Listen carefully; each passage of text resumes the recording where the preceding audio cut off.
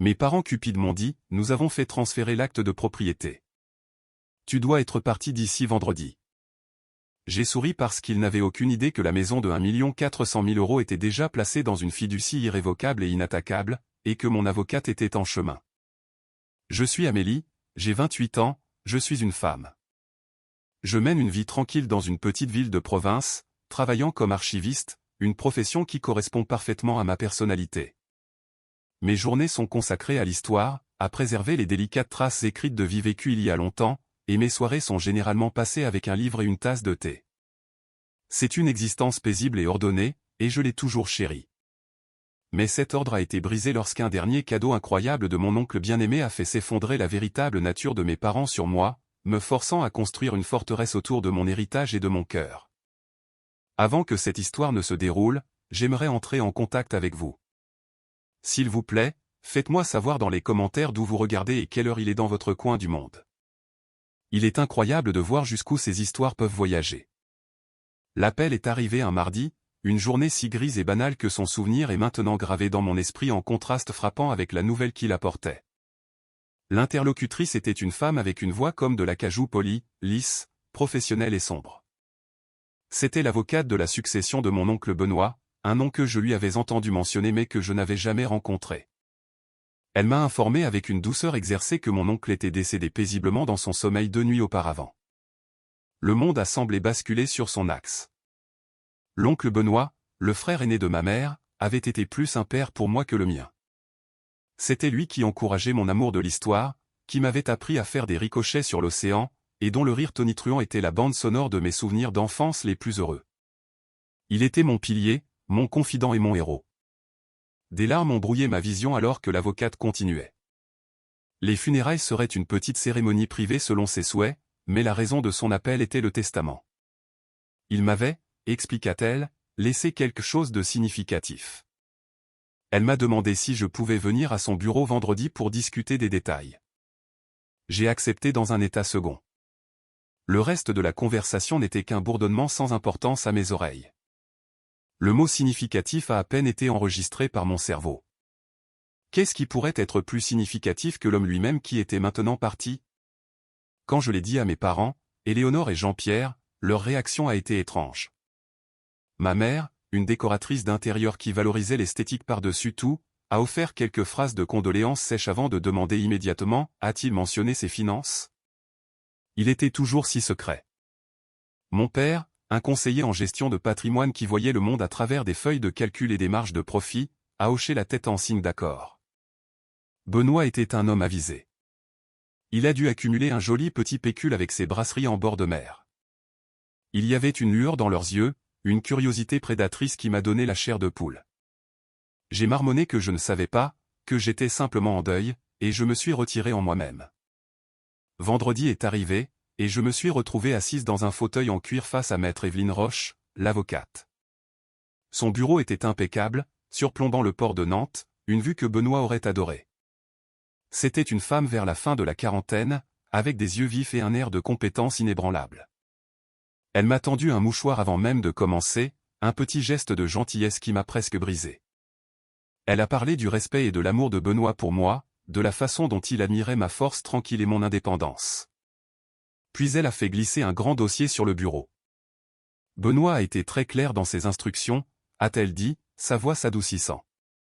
Il t'a laissé l'intégralité de son patrimoine résiduel, Amélie. Cela inclut son portefeuille d'actions, ses économies et sa résidence principale. Elle a fait une pause, laissant le poids de ses mots s'installer. Il t'a laissé la maison de bord de mer. Je l'ai fixée.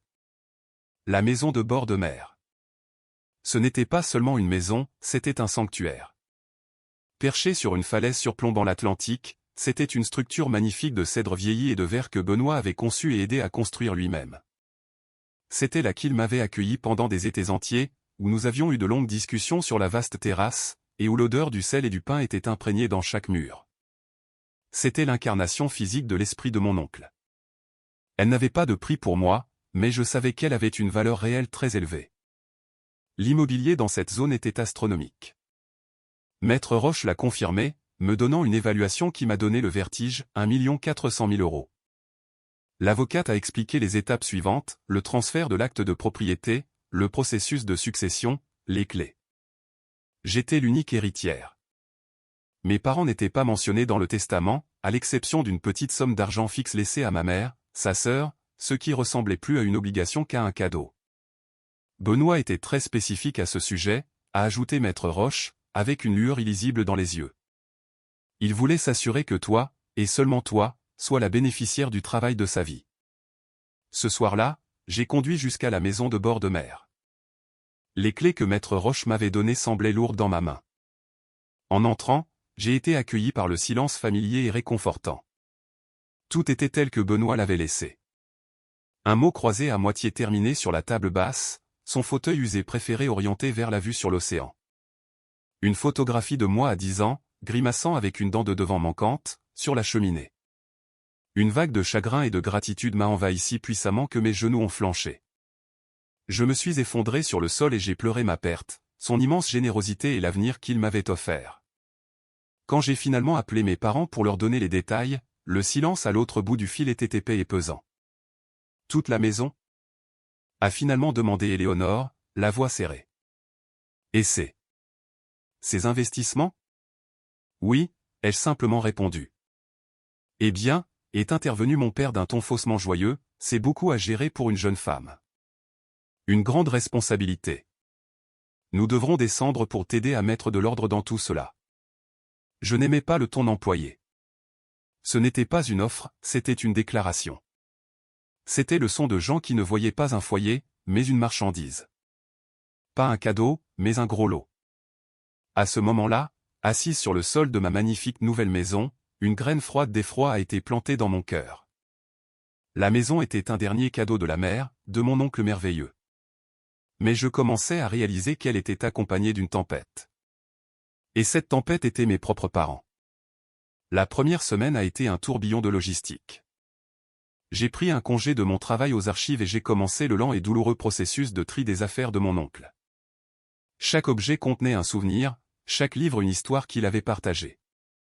C'était épuisant émotionnellement, mais c'était aussi une façon de lui dire au revoir. J'ai décidé d'emménager immédiatement dans la maison. Cela me semblait juste. Mon petit appartement en ville semblait soudainement confiné et gris comparé à la vaste étendue de ciel et de mer qu'offrait la maison de bord de mer. C'était chez moi maintenant. Mes parents, fidèles à leur parole, ont annoncé qu'ils venaient pour aider. Ils sont arrivés le samedi suivant dans la berline polie de mon père, armés de sacs de voyage et d'une pile de magazines de décoration intérieure de ma mère. L'effroi que j'avais ressenti au téléphone s'est intensifié en une anxiété sourde et lancinante. Oh, ma chérie, cet endroit a un tel potentiel, a déclaré Éléonore en entrant dans le salon et en jetant un regard critique sur les meubles confortables et légèrement usés de Benoît. Mais c'est tellement démodé. Nous devrons ouvrir ce mur, apporter des pièces modernes ici. Une palette de couleurs plus claires ferait des merveilles. Elle parlait comme si elle était une consultante et que j'étais une cliente, et non comme si elle se trouvait dans la maison de son défunt frère, une maison qui était désormais la mienne. Mon père, Jean-Pierre, n'était pas mieux. Il a parcouru la propriété d'un œil exercé, n'admirant pas la vue, mais évaluant la valeur. Bonne stabilité de la falaise, a-t-il noté en tapotant la rambarde de la terrasse. Le zonage ici est restrictif, ce qui est excellent pour la valeur de revente. As-tu déjà fait faire une expertise indépendante, Amélie? L'évaluation de la succession pourrait être basse pour des raisons fiscales. Chaque mot était une petite pique, une tentative subtile de saper ma propriété. Ils n'étaient pas là pour m'aider à m'installer. Ils étaient là pour marquer leur territoire. Au cours des 2 jours suivants, leur aide est devenue une véritable invasion. Ma mère a commencé à déplacer les meubles, créant de petites piles d'objets qu'elle jugeait ringards ou encombrants. Cela incluait un canard de bois sculpté à la main que Benoît chérissait et une collection de vieux vers de mer que nous avions ramassés ensemble. Je les ai discrètement remis en place quand elle ne regardait pas, le cœur serré par un mélange de chagrin et de colère. Mon père essayait sans cesse de m'asseoir pour une séance de planification financière. Il apportait des graphiques et des impressions sur l'impôt sur les plus-values, les coûts de gestion immobilière et les stratégies d'investissement. Le coup le plus intelligent ici, Amélie, serait de liquider, a-t-il dit d'une voix douce et assurée. Vendre la maison, investir le produit dans un portefeuille diversifié sous ma gestion. Tu serais à l'abri pour la vie. Tu n'aurais à te soucier de rien. Je ne vends pas, ai-je dit fermement, pour ce qui semblait être la 10e fois. L'oncle Benoît voulait que je vive ici. C'est ma maison. Il a soupiré, faisant un étalage théâtral de déception paternelle. Tu es trop émotive, ma chérie. C'est un actif financier, un actif massif. Tu ne peux pas voir cela comme s'il s'agissait de ta maison de poupée d'enfance. La condescendance était étouffante. Il me traitait comme une enfant qui était tombée par hasard sur un ticket de loterie gagnant et qui était trop sotte pour savoir quoi en faire. Ils ne m'ont jamais demandé comment je me sentais ni partagé un souvenir affectueux de Benoît. Toute leur attention était portée sur la maison, l'argent et la façon dont ils pourraient mettre la main dessus. Plus j'affirmais mes décisions, plus il augmentait la pression. Le point de rupture est survenu le dimanche soir. J'étais dans la cuisine en train de préparer du thé quand ma mère est entrée avec une brochure pour un projet de résidence de luxe en centre-ville. Je pensais juste, a-t-elle commencé, d'un ton léger et aérien. Cette maison est si grande pour une seule personne. Tu serais tellement plus à l'aise dans un endroit comme celui-ci. Toutes les commodités, aucun entretien. Nous pourrions vendre cet endroit, t'acheter un magnifique appartement, et il resterait bien assez pour que ton père et moi puissions, tu sais, gérer pour l'avenir. Gérer pour votre avenir, vous voulez dire? Ai-je dit, ma voix plus froide que je ne l'avais prévu. Le sourire d'Éléonore s'est crispé. Ne sois pas difficile, Amélie. Nous sommes tes parents. Nous savons ce qui est le mieux. Ton oncle était un homme charmant, mais il était sentimental. Il ne comprenait pas le fardeau. Une propriété comme celle-ci peut être un fardeau. Il voyait ce cadeau incroyable, ce sanctuaire, comme un fardeau. Le poison dans son accueil n'était plus subtil. C'était une chose tangible, souillant l'air entre nous. Je l'ai regardé, avec ses cheveux parfaitement coiffés et son chemisier de soie coûteux, et j'ai vu une étrangère. J'ai vu une femme dont la cupidité était si profonde qu'elle avait complètement éclipsé tout instinct maternel, tout chagrin pour son propre frère. Le seul fardeau, ai-je dit en posant ma tasse avec fracas, c'est cette conversation. La maison est à moi. Elle n'est pas à vendre et elle ne sera gérée par aucun d'entre vous. Cette discussion est terminée. Le masque de préoccupation est tombé de son visage, remplacé par un éclair de pure fureur. C'était un regard que j'avais déjà vu auparavant, mais jamais dirigé contre moi avec une telle intensité. C'était le regard d'un prédateur dont la proie refusait de se laisser acculer. Elle a tourné les talons et est sortie précipitamment de la cuisine. Un moment plus tard, je l'ai entendu parler à mon père sur un ton bas et colérique dans l'autre pièce. Ils sont partis peu après, les adieux étant secs et glacials. Alors que les feux arrière de leur voiture disparaissaient dans la longue allée, une pensée glaçante s'est cristallisée dans mon esprit, ce n'était pas fini. Ce n'était que le début. Ils n'avaient pas tâté le terrain, ils avaient sondé mes faiblesses. Et ils n'en avaient trouvé aucune, ce qui signifiait que leur prochain mouvement serait beaucoup plus agressif. L'accueil empoisonné était terminé, et je savais qu'une guerre était sur le point de commencer. Le silence qui est descendu sur la maison après le départ de mes parents a été un soulagement, mais il était lourd de pressentiments. La paix que j'avais ressentie les premiers jours avait disparu, remplacée par une anxiété constante et rongeante. J'ai commencé à verrouiller les portes de manière obsessionnelle, même quand j'étais juste sur la terrasse. Chaque voiture qui passait sur la route côtière lointaine me faisait sursauter. Il m'avait fait me sentir comme une intruse dans ma propre maison. Une semaine a passé. Ce fut une semaine d'un calme inquiétant. Aucun appel, aucun message, aucune visite surprise. Je savais que ce n'était pas une retraite. C'étaient eux qui se regroupaient, planifiant leur prochain assaut. J'ai essayé de me concentrer sur mes tâches, triant l'atelier de Benoît, organisant sa vaste collection de livres. Mais les regards furieux de mes parents au moment de leur départ étaient imprimés dans mon esprit. Ils ne pouvaient pas me défaire de la sensation d'être surveillé, d'attendre que le ciel me tombe sur la tête. C'est arrivé le mardi suivant. J'étais sur la terrasse arrière en train de regarder le coucher du soleil peindre le ciel de teintes oranges et violettes quand leur voiture est entrée dans l'allée. Mon estomac s'est noué. Ils ne sont pas sortis tout de suite. Ils sont restés assis dans la voiture un moment, et je pouvais voir leur silhouette parler et s'agiter. Quand ils ont finalement émergé, leur visage était figé comme de la pierre. Il n'y avait pas de faux sourire cette fois, aucun semblant d'aide. Ils ont monté les marches de la terrasse d'un pas déterminé, comme des gens en mission hostile. Ma mère, Éléonore, fut celle qui parla. Elle arborait un sourire narquois, un regard de triomphe si suffisant qu'il m'a rendu physiquement malade. « Bonjour, Amélie. Nous pensions te donner un peu de temps pour reprendre tes esprits, mais il semble que tu sois déterminée à être difficile. » « Il n'y a rien à propos de quoi je doive reprendre mes esprits, » ai-je dit, ma voix stable malgré les battements frénétiques de mon cœur. « J'ai pris ma décision. » Mon père, Jean-Pierre, a ricané. « Tu as pris une décision émotionnelle et enfantine. Mais ne t'inquiète pas, nous avons pris des mesures pour corriger cela. Nous t'avons protégé de ta propre sottise. » Je les ai juste regardées, confuse. « De quoi parlez-vous » Le sourire narquois d'Éléonore s'est élargi. Elle ressemblait à un chat qui n'avait pas seulement acculé le canari, mais l'avait déjà avalé. Nous avons fait transférer l'acte de propriété à nos noms. Nous avons parlé à un avocat qui comprend ces choses.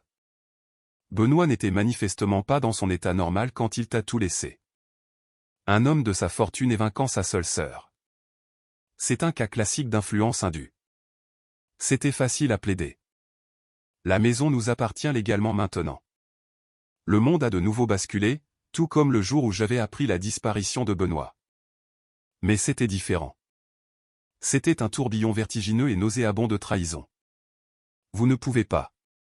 Vous ne pouvez pas simplement faire cela, ai-je balbutié, les mots semblant maladroits et inutiles dans ma bouche. Le testament était clair, Maître Roche l'a dit. Oh, ta petite avocate, a interrompu mon père, agitant une main dédaigneuse. Elle recevra un avis de notre conseiller juridique demain. C'est déjà fait. Les documents ont été déposés. Il s'est approché, son ombre tombant sur moi alors que les derniers rayons du soleil disparaissaient sous l'horizon. Nous sommes généreux, Amélie. Nous n'allons pas te jeter à la rue ce soir. Tu as jusqu'à vendredi pour emballer tes affaires et partir. Tu dois être parti d'ici vendredi. J'ai regardé tour à tour son visage froid et impassible et celui, jubilant, de ma mère. Ils étaient sérieux. Ils étaient passés derrière mon dos et, par un mensonge ou une ruse juridique que je ne pouvais comprendre, s'étaient emparés de ma maison. La douleur était si vive, si intense, que c'était comme un coup physique. Ce n'était plus à propos de la maison, ni de l'argent. C'était à propos de ceci, la cruauté des involtes, la conviction absolue qu'ils avaient droit à ce qui était à moi. Que mes sentiments, mes souhaits et la dernière volonté de mon oncle n'étaient rien de plus que des obstacles mineurs à écraser. Et dans ce moment de profonde blessure, un souvenir de mon oncle a refait surface avec une clarté cristalline. Nous étions assis sur cette même terrasse il y a des années. J'étais adolescente, bouleversée par quelque chose que mes parents avaient fait d'une promesse rompue, une limite franchie. Benoît avait écouté patiemment et avait dit, « Tes parents t'aiment, Amélie, mais leur ambition a une façon de les aveugler. Ils voient ce qu'ils veulent et se convainquent qu'ils y ont droit. Quand ils ont ce regard dans les yeux, celui qui dit qu'ils savent ce qui est le mieux, ne discute pas. Ne te bats pas. Reste simplement tranquille. Laisse-les penser qu'ils ont gagné et protège-toi. Protège-toi. » Alors que je regardais leur visage triomphant, la voix de Benoît résonnait dans mon esprit. Ne discute pas. Laisse-les penser qu'ils ont gagné. Quelque chose en moi a basculé. La panique s'est retirée, remplacée par un calme glacial. L'archiviste en moi, la partie qui traitait les faits, les preuves et les procédures silencieuses, a pris le dessus. Je savais quelque chose qu'ils ignoraient. Je m'étais déjà protégé. Alors, j'ai fait quelque chose qui les a complètement déstabilisés. J'ai souri. Ce n'était pas un grand sourire, juste un petit soulèvement tranquille des coins de ma bouche. Je les ai regardés, mon cœur comme une pierre gelée dans ma poitrine, et j'ai soutenu leur regard. Leurs propres sourires ont faibli, une lueur de confusion est apparue dans leurs yeux. Ils s'étaient attendus à des larmes, des supplications, de la colère. Ils s'étaient attendus à un combat. Ils ne savaient pas quoi faire de cette soumission tranquille. « D'accord, ai-je dit doucement. » Éléonore a cligné des yeux. « D'accord ? Qu'est-ce que tu veux dire par d'accord ? » « D'accord, ai-je répété. Je serai parti d'ici vendredi. » Maintenant, ils avaient l'air vraiment déconcertés. C'était trop facile. Mon père a plissé les yeux, cherchant sur mon visage le signe d'une ruse, mais j'ai gardé une expression placide, presque sereine. Je les avais laissés croire qu'ils avaient gagné. Ils avaient posé leur piège, et maintenant je les laissais croire que j'y étais entré de plein gré. Bien, a finalement dit Jean-Pierre, bien qu'il semble encore incertain. C'est une fille intelligente. Nous serons de retour vendredi après-midi avec l'agent immobilier et quelques acheteurs potentiels pour faire une visite. Nous voulons que cet endroit soit sur le marché immédiatement. Ne laisse pas de désordre. Ils se sont détournés et sont partis, me jetant des regards confus. Ils sont montés dans leur voiture et ont démarré, me laissant seul sur la terrasse qui s'assombrissait. Dès qu'ils ont disparu, mon sourire s'est évanoui et le calme s'est brisé. Une seule larme chaude a tracé un chemin sur ma joue. Ils n'avaient aucune idée de ce qu'ils avaient fait, et ils n'avaient aucune idée de ce que j'avais fait. Vendredi arrivait, mais ce ne serait pas une expulsion. Ce serait un règlement de compte. Mon sang-froid devant mes parents était une façade, mais il était bâti sur des fondations de roches solides, une fondation qui avait été posée seulement 3 jours après ma première rencontre avec maître Evelyne Roche. Ce souvenir était maintenant mon encre dans cette tempête de trahison. Après cette réunion initiale, alors que j'étais assise dans la maison de bord de mer entourée du souvenir de Benoît, ces paroles d'avertissement de mon adolescence tournaient en boucle dans ma tête, protège ce qui est à toi de ceux qui s'en croient les bénéficiaires légitimes. Il n'avait jamais nommé mes parents, mais il n'avait pas besoin de le faire. Il les connaissait. Il connaissait sa propre sœur. Il connaissait leur faim insatiable pour plus de statut, plus d'argent, plus de contrôle. Il avait vu comment ils me traitaient avec une sorte de propriété possessive, comme si j'étais une extension de leurs propres ambitions plutôt qu'une personne à part entière. Me laisser la maison n'était pas seulement un cadeau. C'était un test et une dernière leçon d'autopréservation. Ainsi, le lundi suivant, j'avais appelé maître Roche. J'ai une inquiétude, avais-je dit, la voix basse. Il s'agit de mes parents. Ils croient qu'ils ont un droit sur cette propriété, et je ne pense pas qu'ils accepteront ma décision de la garder. Il y eut une pause à l'autre bout du fil, et j'entendis le bruit léger d'un stylo tapotant sur un bureau. Ton oncle avait anticipé cela, dit maître Roche, sa voix prenant un ton plus confidentiel. Il a laissé une lettre séparée pour moi, à partager avec toi à ta discrétion. Elle expose ses inquiétudes concernant l'histoire financière de tes parents et ce qu'il appelait leur flexibilité morale. Il a suggéré une ligne de conduite spécifique si tu te sentais menacé. Une vague d'amour et de tristesse m'a submergé. Même par-delà la tombe, Benoît veillait sur moi. Qu'a-t-il suggéré? Ai-je demandé. Il a suggéré que tu places la propriété dans une fiducie irrévocable immédiatement, a-t-elle expliqué. C'est une entité juridique qui posséderait la maison. Tu serais l'unique fiduciaire et l'unique bénéficiaire. Une fois que l'actif est dans la fiducie, il est complètement protégé. Il ne peut être ni vendu, ni transféré, ni utilisé comme garantie par quiconque d'autre que toi, agissant en tant que fiduciaire.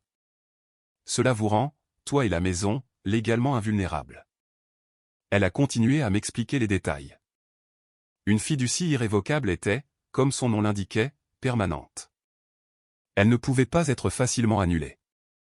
Cela signifierait que légalement, Amélie en tant que personne ne posséderait plus la maison. La fiducie Amélie Thompson posséderait la maison. Toute tentative de transfert de l'acte de propriété depuis mon nom personnel serait nulle et non avenue parce que l'acte ne serait plus à mon nom personnel. C'était une défense inattaquable. Faisons-le, ai-je dit sans un moment d'hésitation. Le processus a été rapide. Maître Roche était incroyablement efficace. Elle a rédigé les documents de la fiducie, et j'ai passé un après-midi dans son bureau à signer une montagne de paperasse. Nous avons déposé le nouvel acte, celui transférant la propriété de Benoît Carter à moi, puis nous avons immédiatement déposé le second acte, transférant la propriété de Amélie Thompson à la fiducie Amélie Thompson. Tout a été fait légalement, officiellement, et enregistré au bureau des hypothèques dans la semaine suivant mon héritage. Tout était terminé avant même que mes parents ne fassent leur première visite utile. Maintenant, assise sur la terrasse après qu'ils eurent délivré leur ultimatum, le souvenir de cette journée dans le bureau de maître Roche était une source d'immense force. Il pensait m'avoir surpassé en intelligence. Il pensait avoir réussi une manœuvre juridique habile, probablement en engageant un avocat prédateur prêt à soutenir que Benoît était sénile et que je l'avais en quelque sorte forcé. Ils avaient probablement falsifié des documents ou raconté une montagne de mensonges à un juge. Mais cela n'avait pas d'importance. Quel que soit l'acte frauduleux qu'ils avaient réussi à acquérir, ce n'était qu'un morceau de papier sans valeur. Ils avaient transféré un titre depuis une personne qui n'était plus le propriétaire légal. C'était comme essayer de vendre une voiture que vous aviez déjà vendue à quelqu'un d'autre. Mon premier appel fut pour Maître Roche. J'ai expliqué ce qui s'était passé, ma voix tremblant légèrement de colère résiduelle. Ils ont fait quoi? A-t-elle demandé, une note d'incrédulité dans sa voix professionnelle. Puis elle s'est durcie dans une colère froide. Ce n'est pas seulement contraire à l'éthique. C'est une fraude criminelle, une falsification, une aliénation frauduleuse. La liste est longue. Jean-Pierre et Éléonore ont franchi une limite très dangereuse. Ils m'ont dit que j'avais jusqu'à vendredi pour partir, ai-je dit. Ils amènent des acheteurs pour une visite. Maître Roche est resté silencieuse un moment, et je pouvais pratiquement entendre les rouages tourner dans son esprit juridique affûté. Bien, a-t-elle finalement dit, ce seul mot teinté d'acier. Laisse-les faire. Ne leur dis rien. Laisse-les tomber droit dedans. Peux-tu être disponible à la maison vendredi à, disons, 15 heures? Oui, c'est l'heure à laquelle ils ont dit qu'ils seraient ici, ai-je confirmé. Excellent, a-t-elle dit. Je serai là aussi. J'apporterai toute la documentation pertinente pour la fiducie. Nous n'allons pas seulement nous défendre, Amélie. Nous allons les laisser s'exposer complètement devant des témoins. Fais exactement ce qu'ils disent. Emballe quelques cartons. Fais en sorte qu'on ait l'impression que tu te prépares à partir. Plus leur chute sera dure, moins ils risqueront de jamais, au grand jamais, te déranger à nouveau. En raccrochant le téléphone, j'ai ressenti un profond sentiment de clarté. Le chemin à suivre était tracé. Mon oncle m'avait donné la maison, mais il m'avait aussi donné les outils pour la protéger. Mes parents pensaient avoir affaire à la fille tranquille et soumise qu'ils avaient toujours connue. Ils n'avaient aucune idée que j'étais une archiviste. Je traitais avec la provenance, les sources primaires et les chaînes de preuves inébranlables. Ils avaient construit leur dossier sur des mensonges et de l'arrogance. J'avais construit le mien sur des signatures notariées et des faits juridiques. Leur fondation était du sable. La mienne était du granit. Et vendredi, la marée allait monter. Les 2 jours suivants furent parmi les plus longs et les plus surréalistes de ma vie. Suivant les conseils de Maître Roche, j'ai commencé à mettre en scène ma reddition. Je suis allé dans un magasin local et j'ai acheté une pile de cartons de déménagement. J'ai commencé à emballer des choses que je savais vouloir garder, mais je l'ai fait dans les pièces les plus visibles de la maison, le salon et la cuisine. J'ai laissé les rideaux ouverts, permettant à quiconque passait en voiture de voir les piles de cartons et les signes d'un foyer en cours de démantèlement. J'avais l'impression de construire le décor d'une pièce de théâtre, dont l'acte final était prévu pour vendredi après-midi. Mes parents, bien sûr, ne pouvaient s'empêcher de vérifier. Ma mère a appelé mercredi matin, sa voix dégoulinant d'une fausse sympathie. J'appelle juste pour voir comment tu t'en sors avec les cartons, ma chérie. As-tu besoin d'aide? Je sais que cela doit être si difficile pour toi. La condescendance était si épaisse que j'aurais pu la couper au couteau. Je me débrouille, ai-je dit, gardant ma voix plate et abattue. C'est beaucoup de travail. Eh bien, concentre-toi simplement sur tes affaires personnelles, a-t-elle dit joyeusement. Ne t'inquiète pas pour les meubles. Les décorateurs s'occuperont de tout cela une fois que tu seras parti. L'agent veut que la maison soit sur le marché dès lundi. Les décorateurs. L'agent. Ils étaient déjà si loin dans leurs propres pensées, dépensant déjà l'argent de la vente. L'arrogance était époustouflante. Elle alimentait le feu froid dans mon ventre. Mon père a envoyé un message jeudi soir, juste un rappel, 15 heures demain. S'il te plaît, sois prête à remettre les clés et à quitter la propriété rapidement. Restons civils. Civils. Comme si orchestrer une saisie frauduleuse de l'héritage de leur fille en deuil était un acte civil. Chaque communication d'eux était une preuve de plus, un autre témoignage de leur caractère que je classais dans mon esprit. J'ai passé ce temps non seulement à emballer, mais aussi à me préparer émotionnellement. J'ai marché sur la plage, laissant le fracas rythmique des vagues apaiser mes nerfs à vif. Je me suis assise dans le fauteuil de Benoît, regardant l'océan infini, et je lui ai parlé dans ma tête. Je lui ai dit ce qui se passait, et je lui ai promis que je n'échouerais pas. Je protégerais son héritage. Je protégerai ma maison. Cette maison était plus qu'un simple actif. C'était le témoignage d'une vie bien vécue. Benoît y avait mis toute son âme. Il y avait accueilli d'innombrables amis, organisé des fêtes d'été et passé des hivers tranquilles à lire au coin du feu. C'était un lieu de chaleur, de générosité et de paix. Mes parents n'y voyaient rien de plus qu'une liasse de billets. Ils voulaient la dépouiller de son âme, la vendre au plus offrant et passer à autre chose. La pensée qu'ils puissent réussir était insupportable. Le vendredi matin, le décor était posé. Les cartons étaient soigneusement empilés. Quelques valises se trouvaient près de la porte d'entrée.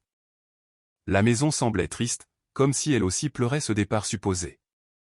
J'ai ressenti un pincement de culpabilité pour la tromperie, pour avoir rendu cet endroit heureux si désolé, mais je savais que c'était nécessaire. À 14h45, j'ai vu une voiture entrer dans la longue allée. Ce n'était pas celle de mes parents. C'était un véhicule utilitaire sport noir et élégant. Maître Evelyne Roche en est sortie, ressemblant en tout point à l'avocate puissante qu'elle était dans son costume bleu marine sur mesure. Elle portait un élégant porte-documents en cuir sous le bras. « Bonjour, Amélie, dit-elle, son expression calme et illisible. « Es-tu prête ?» J'ai hoché la tête, ma bouche soudainement sèche. Aussi prête que je ne le serai jamais. « Bien, a-t-elle dit. Rappelle-toi, ne dis rien. Laisse-moi tout gérer dès que j'entre. Ils ont commis un crime grave, et ils s'apprêtent à l'avouer devant de multiples témoins. Reste simplement en retrait et laisse le spectacle commencer. » Elle est entrée, et nous nous sommes tenus dans le salon entouré des cartons servant de décor. Nous n'avons pas eu à attendre longtemps. À 15 heures précises, la voiture de mes parents est apparue, suivie d'une autre berline plus modeste. Mes parents sont sortis, rayonnants. Ma mère était vêtue d'une tenue chic et coûteuse, prête à jouer le rôle de la châtelaine. Mon père avait son propre dossier, probablement rempli d'estimations comparatives et de projections financières. Un couple bien habillé, vraisemblablement les acheteurs, est sorti de l'autre voiture, regardant la propriété avec des sourires enthousiastes. Mon cœur cognait contre mes côtes alors qu'ils remontaient l'allée. C'était le moment. Le compte à rebours était terminé. À travers la grande baille vitrée, j'ai vu ma mère apercevoir les cartons empilés. Un sourire suffisant et satisfait s'est étalé sur son visage. Elle s'est tournée vers les acheteurs et a dit quelque chose en désignant la maison d'un geste grandiose. Ils ont tous ri. Ils riaient à mes dépens, célébrant leur victoire sur mon propre perron. Maître Roche a posé une main calme sur mon bras. Respire profondément, Amélie. La justice est à la porte. J'ai pris une grande inspiration, j'ai redressé les épaules et j'ai attendu le son de la clé dans la serrure, la clé que j'étais censé remettre. La confrontation n'était plus un événement futur. Elle était là. C'était maintenant. Et j'étais prête. La porte d'entrée s'est ouverte en grand, et mes parents sont entrés avec éclat, comme s'ils accueillaient des invités dans leur propre maison. Les yeux d'Éléonore ont balayé les cartons empilés, son sourire s'élargissant en voyant mon expression sombre. « Ah, bien. Tu es presque prête, a-t-elle dit, sa voix assez forte pour que les acheteurs potentiels, un couple vers la fin de la quarantaine, puissent l'entendre. Amélie, voici monsieur et madame Leroy. Ils sont très intéressés par la propriété. Nous leur parlions justement de notre vision pour cet endroit. Les Leroy m'ont souri poliment, avec une pointe de gêne dans les yeux. Ils pensaient manifestement participer à une transaction immobilière familiale simple, bien qu'un peu triste. Mon père, Jean-Pierre, s'est avancé, très professionnel. Nous allons juste avoir besoin des clés avant de commencer la visite officielle, Amélie. L'agent immobilier nous rejoint ici dans 1 heure pour finaliser l'inscription. Il a tendu la main, dans l'attente. Je n'ai pas bougé. J'ai simplement regardé derrière lui vers le couloir où Maître Roche se tenait, juste hors de leur champ de vision initial. C'était le moment. L'air était épais de tension, entre la certitude arrogante de mes parents et ma propre anticipation silencieuse et tremblante. Comme sur signal, Maître Evelyne Roche s'est avancée de l'ombre du couloir pour entrer dans le salon baigné de soleil. Elle se déplaçait avec une grâce silencieuse et délibérée qui a immédiatement attiré l'attention. Dans son costume impeccable, tenant son porte-documents en cuir, elle était une présence inattendue et déconcertante dans leur scène parfaitement orchestrée. Mes parents se sont figés. Leurs sourires ont disparu, remplacés par des masques identiques de confusion et d'alarme. Le visage de ma mère s'est affaissé, et les couleurs ont commencé à quitter les joues de mon père. « Qui êtes-vous » a exigé Jean-Pierre, sa voix perdant soudainement son assurance. Maître Roche ne l'a pas regardé. Elle a regardé les Leroy, leur offrant un petit sourire professionnel. « Mes excuses pour l'intrusion. Mon nom est Evelyne Roche. Avant que vous n'alliez plus loin, j'estime qu'il est de mon devoir légal et éthique de vous informer que cette propriété n'est pas à vendre. » Les Leroy ont échangé un regard perplexe. Mon père a fait un pas en avant, bafouillant. « De quoi parlez-vous ? Bien sûr qu'elle est à vendre. Nous sommes les propriétaires. Voici simplement ma fille, l'ancienne résidente. » Maître Roche a finalement tourné son regard froid et évaluateur vers lui. « Est-ce bien le cas ? Alors vous devez être Jean-Pierre et Éléonore Thompson. Je suis la conseillère juridique de la propriétaire de cette propriété. C'est nous les propriétaires, a lancé Éléonore, sa voix devenant aiguë et perçante. Elle avait retrouvé un semblant de contenance, alimenté par l'indignation. Nous avons l'acte. Il a été légalement transféré. Ah, oui. L'acte, a dit Maître Roche, sa voix dangereusement calme. Elle a ouvert son porte-document et en a sorti un document. J'ai ici une copie de l'acte que vous avez déposé, celui qui transfère la propriété d'Amélie Thompson à vous. Est-ce le document auquel vous faites référence ? Mon père a bombé le torse. C'est celui-là. Tout est parfaitement légal. Maintenant, si vous voulez bien nous excuser. J'ai bien peur que non, a dit Maître Roche, le coupant net. Vous voyez, l'acte que vous avez déposé est un document frauduleux. Il est sans valeur. Un silence choqué a envahi la pièce. Les Leroy avaient l'air de vouloir que le sol les engloutisse. C'est un mensonge, a balbutié Éléonore. Vraiment ? A continué Maître Roche, sa voix aussi tranchante et froide que la glace. Le problème avec votre acte frauduleux est une question de calendrier et de préséance juridique. Au moment où vous avez déposé ce document en tentant de transférer la propriété depuis Amélie Thompson n'était plus la propriétaire légale de la propriété. Elle a sorti un second document de son porte-document. Ceci, a-t-elle annoncé à la cantonade, est une copie certifiée de l'acte de transfert, déposé et enregistré il y a 3 semaines, transférant le titre de cette propriété à la fiducie Amélie Thompson, une entité juridique irrévocable. La fiducie est le propriétaire. Ma cliente, Amélie, est l'unique fiduciaire. Par conséquent, vous avez déposé un document pour prendre la propriété de quelqu'un qui ne la possédait pas. Aux yeux de la loi, c'est un acte criminel. Mon père est devenu livide, d'une pâleur mortelle. Il avait l'air d'avoir reçu un coup de poing à l'estomac. Ma mère fixait le document dans la main de Maître Roche, ouvrant et fermant la bouche silencieusement comme un poisson hors de l'eau. Maître Roche n'avait pas fini. Elle a reporté son attention sur les Leroy terrifiés. Je vous conseille vivement de rompre toute relation d'affaires avec ces 2 individus. Ils ont tenté de vous vendre une propriété qu'ils ne possèdent pas, ce qui constitue une fraude. Vous avez été amené ici sous de faux prétextes. Le mari, Monsieur Leroy, a hoché la tête rapidement, saisissant le bras de sa femme. Nous sommes désolés. Nous n'en avions aucune idée. Nous partons. Ils ont pratiquement fui la maison, se précipitant vers leur voiture comme s'ils s'échappaient d'un bâtiment en feu. Maintenant, nous n'étions plus que nous 4, les conquérants suffisants et leurs victimes silencieuses, et la femme qui venait de démanteler leur monde entier avec 2 feuilles de papier. Tu nous as piégés, a chuchoté ma mère, sa voix tremblant de rage. Elle me regardait maintenant, avec une haine pure dans les yeux. Petite vipère. Vous avez essayé de voler ma maison, ai-je répliqué, ma propre voix retrouvant enfin sa force. Vous avez essayé de voler le dernier cadeau que mon oncle m'a fait. Je me suis simplement protégé. Maître Roche a refermé son porte-document avec un claquement qui a résonné comme un coup de feu dans la pièce silencieuse.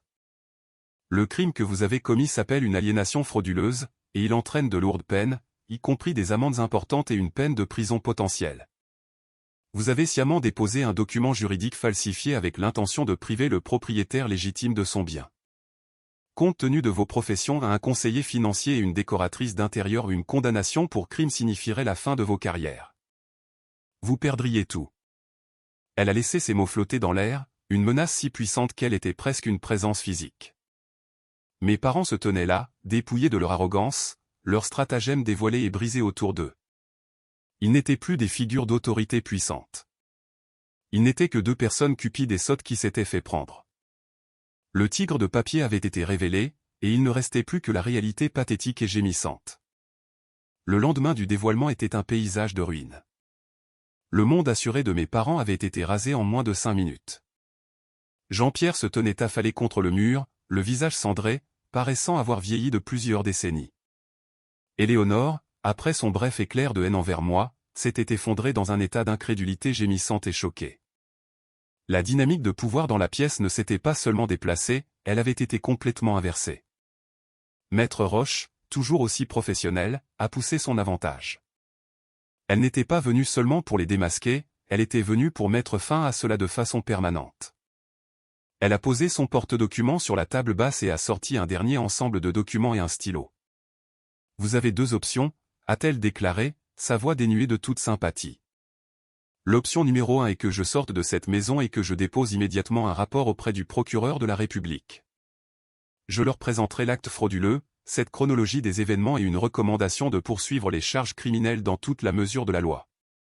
Je vous assure qu'ils seront très intéressés. Elle a fait une pause, laissant l'horreur de cette perspective s'installer. J'ai vu mon père tressaillir visiblement. Toute sa vie était bâtie sur une réputation de fiabilité financière. Une accusation criminelle, sans parler d'une condamnation, serait une sentence de mort pour sa carrière. L'option numéro 2, a continué Maître Roche, faisant glisser les papiers et le stylo sur la table, et que vous signez ceci. Mon père a regardé le document avec des yeux remplis d'effroi. Qu'est-ce que c'est ? A-t-il demandé, sa voix n'étant plus qu'un murmure enroué. C'est un accord juridiquement contraignant, a-t-elle expliqué. Par ce document, vous admettez que votre réclamation sur cette propriété était basée sur de faux prétextes et qu'elle est nulle et non avenue. Vous renoncez à toute réclamation future, réelle ou imaginaire, sur cette propriété ou sur tout autre actif appartenant à ma cliente, Amélie Thompson, ou à sa fiducie. De plus, vous acceptez une ordonnance de protection permanente. Vous ne contacterez Amélie d'aucune façon ni appel, ni message, ni courriel, ni communication par un tiers et vous ne vous approcherez plus jamais à moins de 500 mètres d'elle ou de cette propriété. Ses yeux étaient comme des éclats de granit.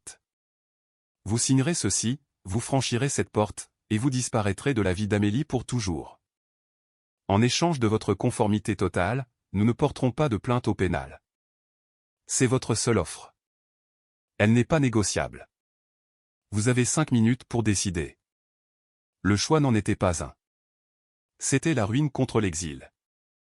Ma mère a commencé à sangloter doucement, un bruit pathétique et vaincu. Mon père, le conseiller financier, faisait manifestement une analyse rapide des coûts et des bénéfices dans sa tête. D'un côté, sa fierté, de l'autre, son gagne-pain tout entier, sa réputation, sa liberté. Cela ne lui a pas pris longtemps. Il a trébuché vers l'avant et a pris le stylo. Sa main tremblait si fort qu'il pouvait à peine signer son nom. Il a poussé les papiers vers ma mère. Éléonore, signe. Elle a levé les yeux, son visage étant un mélange de larmes et de mascara. Elle m'a regardé, avec un regard désespéré et suppliant dans les yeux, comme si elle cherchait une lueur de la fille qu'elle pensait pouvoir contrôler. J'ai soutenu son regard et n'ai rien ressenti.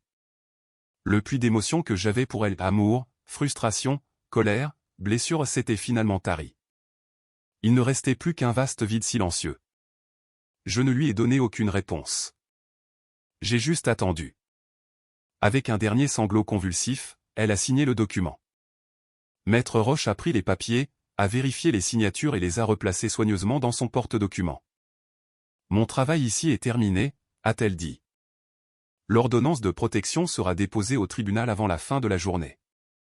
Une copie vous sera signifiée à votre domicile. Je vous suggère d'être parti avant mon départ. Elle s'est tournée vers moi et m'a adressé un signe de tête ferme et rassurant. Appelle-moi si tu as besoin de quoi que ce soit, Amélie. Et sur ce, elle est sortie, me laissant seul avec les deux personnes qui étaient désormais légalement des étrangers mandatés.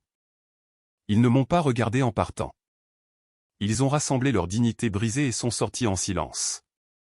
Ils sont montés dans leur voiture, la même avec laquelle ils étaient arrivés si pleins de triomphe, et sont repartis par la longue allée pour la toute dernière fois. J'ai regardé jusqu'à ce que leur voiture ne soit plus qu'un point au loin, disparaissant de ma vie. Quand ils furent partis, j'ai verrouillé la porte et je me suis appuyé contre elle, le silence de la maison s'engouffrant pour combler le vide qu'ils avaient laissé. Les cartons empilés, les accessoires d'une pièce qui avait atteint sa conclusion stupéfiante, semblaient se moquer de ce calme. Lentement, méthodiquement, j'ai commencé à déballer. J'ai remis les livres de Benoît sur les étagères. J'ai replacé la collection de verres de mer sur le rebord de la fenêtre. J'ai remis son fauteuil préféré à sa place légitime, face à l'océan. À chaque action, je ne déballais pas seulement des cartons, je me réappropriais ma maison, la purifiant de leur présence toxique.